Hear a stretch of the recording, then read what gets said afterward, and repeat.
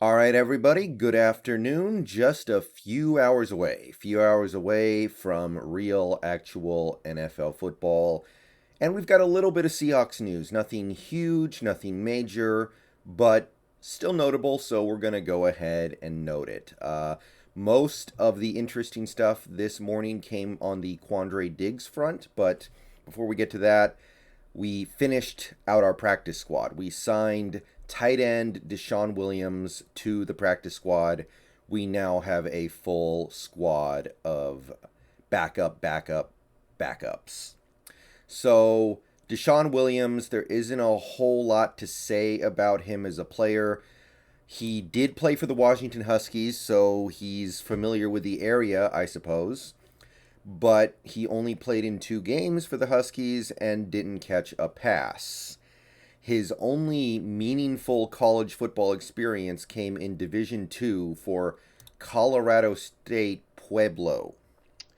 He had 9 catches for 111 yards and a touchdown and won the national championship in his freshman year, but he wasn't exactly one of the most important players to accomplishing that goal.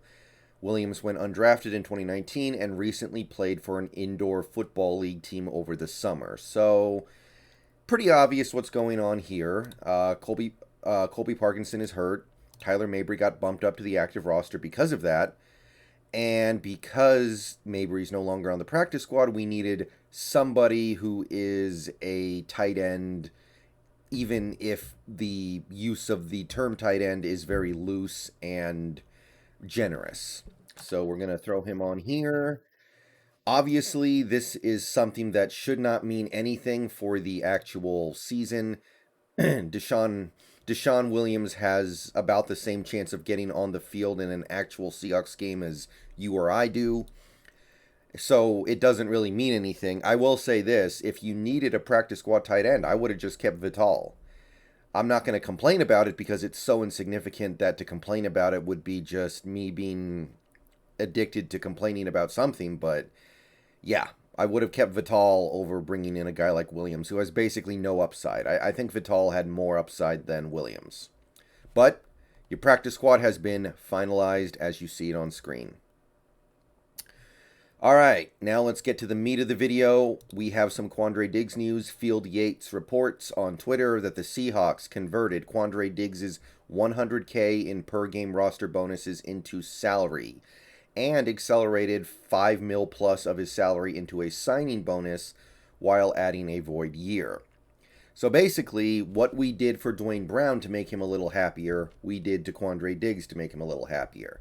We're not going to give you an extension, but we are going to protect you against injury, and we're going to give you money up front. Basically, that's what converting salary into signing bonus does.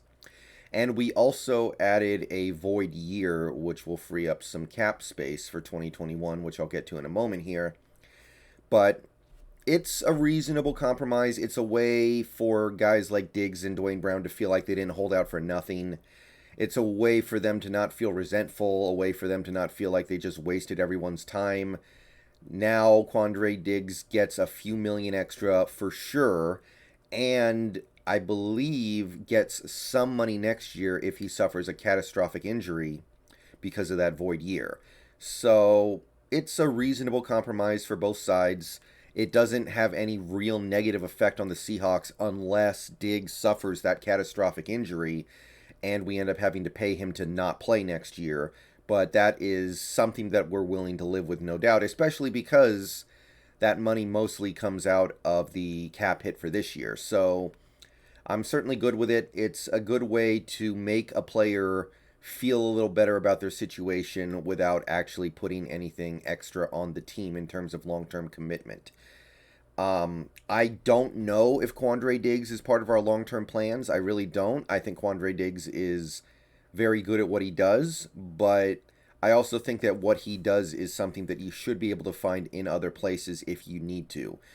A big reason why we traded for Quandre Diggs is because the Tristan Thompson, I'm sorry, not Tristan Thompson, the Tedrick Thompson sorry, I'm thinking basketball there. The Tedrick Thompson and Delano Hill experiments failed so miserably that we needed somebody competent back there to prevent big plays, and Diggs was out there for the taking.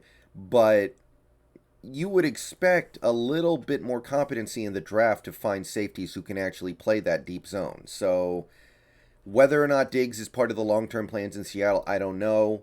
But we clearly don't feel confident enough in it to actually extend him now. So we're giving him a little something, and I can get behind it. It doesn't really put anything extra on the team. In fact, it actually makes things a little easier for the team right now.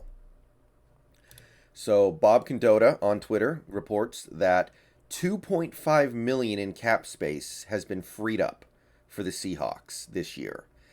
So between Dwayne Brown and Quandre Diggs, these little contract restructures, we've freed up about $6 million in cap space on top of the cap space we already had. According to Bob Condotta, the cap space total for the Seahawks as of right now is about $11.6 million.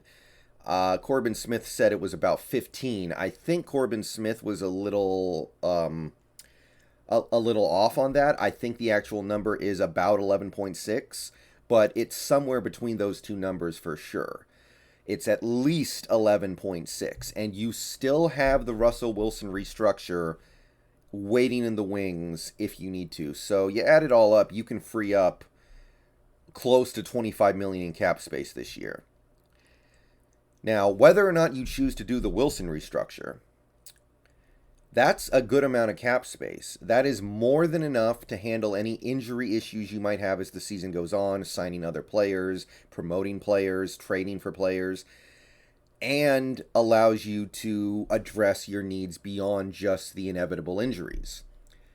I don't know what the point is of having this cap space for this season if you're not going to use it. So something, it just has to be coming.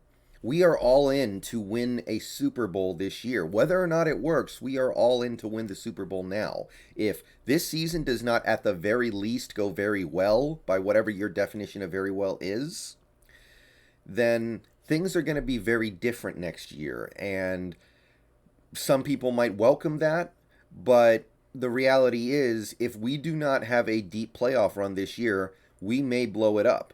And blowing it up comes with rebuilding years, and rebuilding years comes with at least a couple of bad seasons. So I don't think anybody really wants to do that unless their level of hatred for this current team or current front office and coaching staff and organization is so extreme that they just want something new.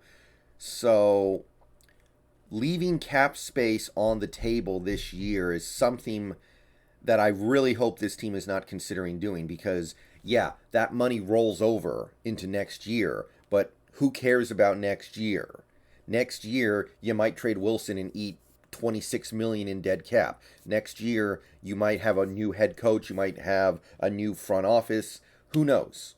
Who knows? So don't leave anything on the table right now. In a couple of weeks, or maybe I'll say 4 weeks, there are going to be teams out there who are desperate to trade their assets. Hit those guys hard. You have the cap space to bring in pieces. Make sure you do it. I don't care if we start 4-0. I don't care how good we look. Leave nothing on the table. We have cap space, at least $11.6 million, probably more. We can create a whole bunch more if we have to. Make sure you use it. Leave nothing on the table for this season. Everything rides on it. All right, see you guys later. I will be live streaming part of the Cowboys-Bucks game tonight, so come check that out. We'll do the hat giveaway as well. And yeah, see you guys then. Go Hawks.